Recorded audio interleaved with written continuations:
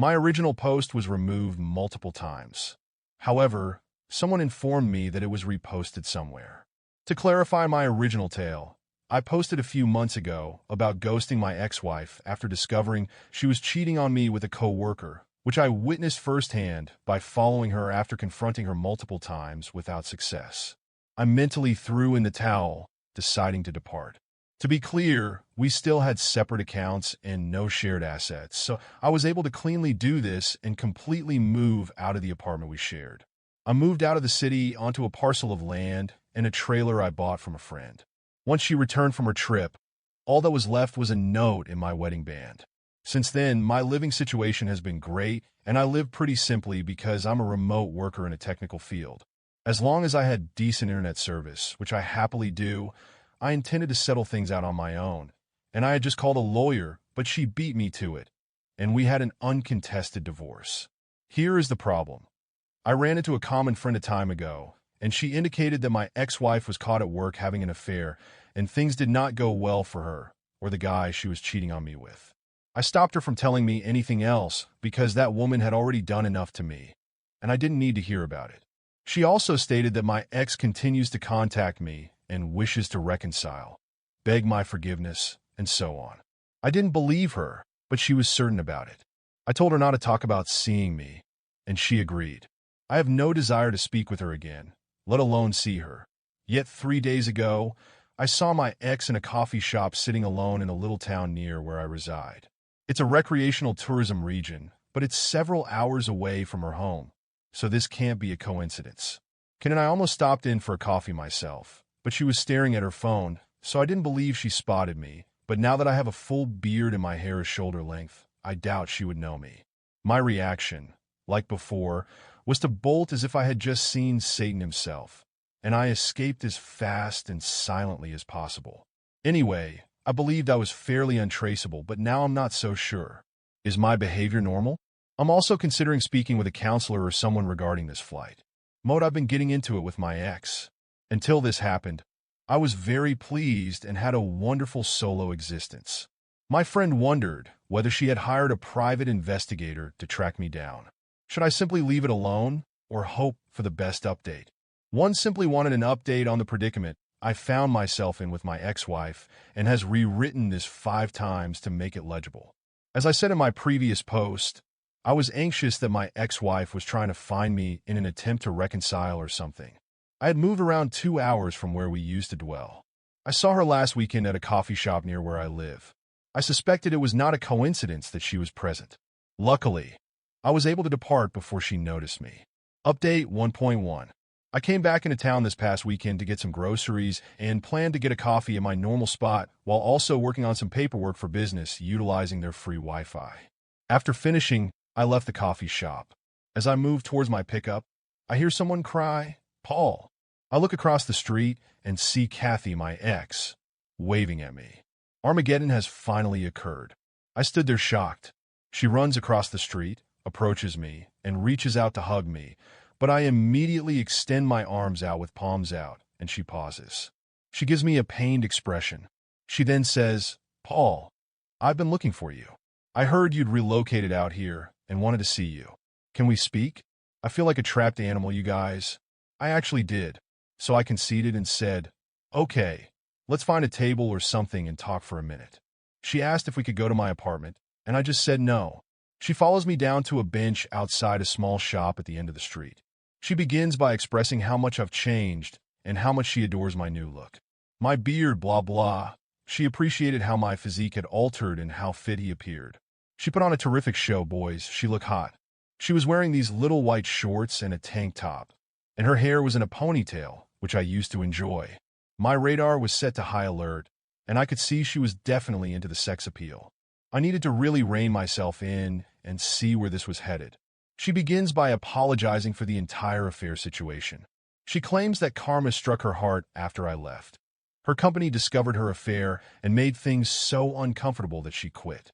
Her affair partner, who had a fiancé at the time, received a reprimand and was transferred to another job within the company. He blamed her for having to move, and she retaliated by informing his fiancé everything that led to their breaking up. She bent her head slightly and began crying. I just sat there looking around with nothing to say. She stood up and glanced at me for a moment. I asked her what she wanted from me.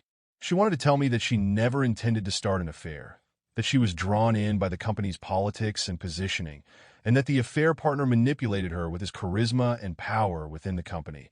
And then she stupidly thought she was using him as much as he was using her. She was going to come clean with me, especially after I accused her of having an affair. She despised herself at the time, and the afterward drinking was an attempt to medicate from the guilt that shortly after I left her, she felt dumb, alone, and as if her heart had shattered with loss. She promptly ended things with her affair partner. She thought that because I would not contact or talk to her, she needed to find me and try if she could make things right for us and start again. She is aware that we are divorced, but she hopes that we can start over. I simply stared at her. I let her have it. I'll paraphrase the chat, but here it is. How can you think you can just come out here and wipe up all the mess you made? I am to forgive you for everything you did to damage our marriage. I told you before that if you cheated on me, we were done. There is no forgiveness. There will be no reset of this relationship. You murdered it. You destroyed all we had the moment you walked out on me. How foolish do you believe I am? I followed you one night and witnessed you enter a motel together. Do you know what happened next? I noticed I was raising my voice, and people were taking notice. She started sobbing. She grabbed my arm. I let her cry on my shoulder briefly before shoving her away. She looked up at me. Did I deserve everything? I know I do. Can you at least allow me to take you to dinner or something? I do not want to leave. I'd like to discuss more. I want to make sure that everything is out in the open. I need the time you didn't give me. Please, Paul. I know you don't want to hear this, but I love you so much. I had no idea how much I loved you until you abandoned me and broke me. And I broke you just as badly. I cannot forgive myself. I don't want to forgive myself until my death. She began hyperventilating and sobbing so hard that I lifted her up and hugged her. I understand. I felt like that was the only thing I could do to possibly calm her down. At that moment, I understood I had broken her heart just as she had broken mine. I began walking with her, and then I discovered a wonderful, peaceful path to go on, and everything calmed down a little.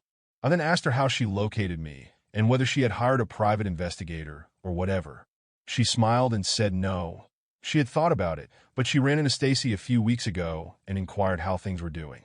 Stacy told us she spotted me here in town and knew I lived someplace nearby. So she started coming here on her days off to see if she could find me. She blushed when she said that. I chuckled. Because Stacy can't keep her trap shut, we went out to eat. We found a lovely tiny establishment with a patio. I made certain we didn't drink anything. I didn't want her to use any excuses to soften me or claim she was too inebriated to drive back. We actually had a fantastic conversation thereafter. I walked her to the car. She refused to leave and continued to press me on it. She had not been with anyone else. Since I left and promised I was the only one she wanted, I told her, no, it's still far too early for me to go down that road.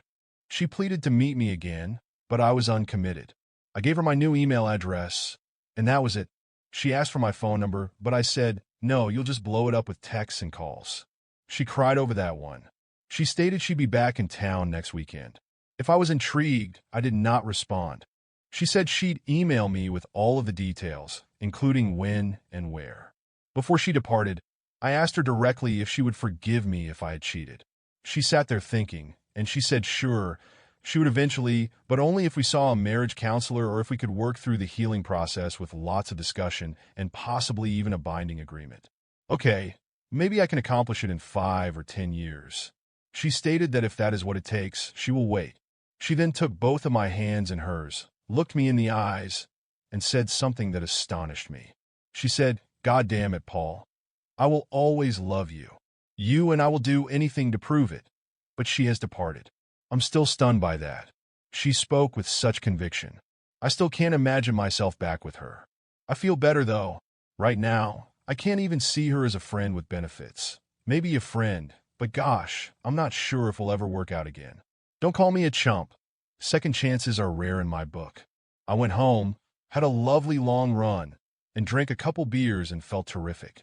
Can someone ensure that she won't damage it? I do not know. I honestly don't know. It's still too fresh in my memory, but I have the luxury of time to sort everything out and gain some perspective. Update 2. Okay, so this is probably my last update. I shared my experience on Reddit, but the moderator kept removing it to rehash. My ex-wife found me, and we talked after more than a year of me ghosting her. Her purpose in finding me was to reconcile and resume our lives together. Those who wrote to me anticipating that I would be the normal beta blue pill fool and forgive her and fall back in love with her would be severely disappointed. She did send me a lengthy email this week proclaiming her love and regret for the affair. She wanted to come out again and spend the weekend with me. My attitude to all of this was to shut her down. I've been absolutely satisfied to live the lone life for the time being, staying in my secluded location and keeping things as simple as possible. I've enjoyed the company of various women and friends, and at 32, I don't feel compelled to change things up. I have my own self-determination plan, which I intend to pursue for the time being. Therefore, when I responded to her email, I refused to give her my new phone number. I laid everything out. I told her no, I have no intention of reconciling with her. She made her bed, and I don't trust her or know her anymore. I wish her the best, and will consider her as a prospective friend in the future. My ambiguity greatly irritated her. She responded with a very telling statement. She was obviously unhappy with my response, but she also informed me that she had accepted a job. She made an offer many states away, and her true desire had always been for me to accompany her. She knows my profession is remote, and I can live wherever I want, so she thought I'd consider joining her, and in exchange, we'd have a fresh start in a new area. She had limited time before departing and wanted to meet with me in person to make the hard sale. Fortunately for me, I have to leave her business for a week, so our time together is done, thank God, and she will be gone from my life. Now I expect I'll get a few more emails for a while, but I believe she'll understand her time with me is out, and she'll have to find someone else, possibly cheating on them as well. I just thought I'd offer the update, so folks, live your best life, let go of the past baggage, and empower yourself to go ahead. Good luck to everyone. All right, let's wrap up with a few quick comments. Like 22 sets us off. She discovered something that most cheaters do not or will not understand. When you cheat with another cheater, the entire relationship is based on lies, deceptions, and ego. You're doing the right thing, Werewolf L84 says. Good finish, and best wishes for finding someone new and enjoying your life to the fullest. However, I'm not sure why she is so desperate to locate you after what she did. I missed her final segment, so I didn't witness her interaction with her. Can somebody tell me what happened in the recent update?